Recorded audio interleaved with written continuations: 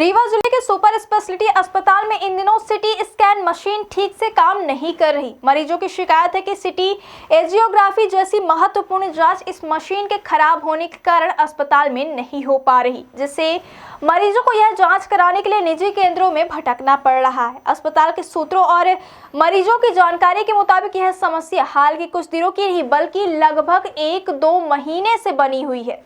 बावजूद इसके अस्पताल प्रबंधन ने इस दिशा में कोई ठोस कदम नहीं उठाया और मशीन को मेंटेनेंस करने वाली कंपनी की ओर से भी अभी तक कोई प्रभावी पहल नहीं की गई। अस्पताल के अध्यक्ष और अधीक्षक डॉक्टर अक्षय श्रीवास्तव ने बताया कि सिटी स्कैन मशीन के रखरखाव की जिम्मेदारी हाइट्स कंपनी को दी गई है। उन्होंने कहा कि मशीन को जल्द दुरुस्त करने के लिए कंपनी से पत्राचार किया गया ताकि मरीजों को इस जांच की सुविधा उपलब्ध कराई जा सके। सुपर स्पेशलिटी अस्पताल में प्रतिदिन औसतन 1 दर्जन से अधिक मरीज इस जांच के लिए पहुंचते हैं। मशीन की खराबी के कारण इन मरीजों को अपनी जांच बाहर के निजी अस्पतालों और केंद्रों में करानी पड़ रही है, जिससे मरीजों पर अतिरिक्त आर्थिक और समय का बोझ भी बढ़ गया है।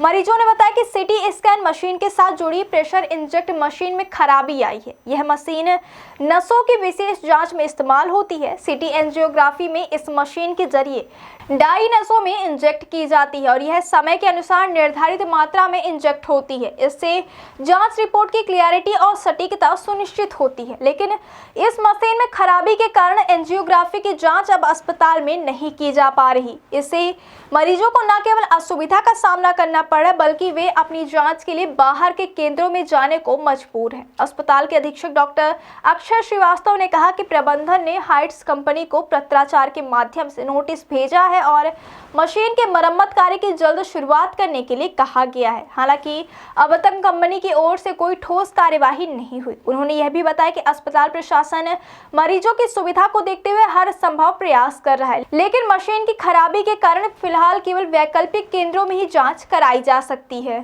सिटी स्कैन मशीन और एंजियोग्राफी नहीं हो पा रही है, तो क्या मामला है? और सीटी स्कैन मशीन के अंतर्गत जो सीटी एंजियो कार्डियक एंजियो होता है उसमें अभी थोड़ा समस्या आ रही है, क्योंकि उसका जो इंजेक्टर एक पुश करने की मशीन होती है वो उसमें खराबी आई है, जिसकी कंपनी को शिकायत दर्ज करा दी गई है और शीघ्र ही वो, चूँकि उसमें डैमेज ज़्यादा है इसलिए वो रिप्लेस होकर नया आना है, तो शीघ्र ही वो नया रिप्लेस होकर आ जाएगा और उसके बाद वो एंजियोग्राफी चालू हो जाएगी। बाकी अपना सीटी स्कैन निर्बाध रूप से चालू है और पर डे इस समय 50 से 60 सीटी स्कैन हो रहे हैं।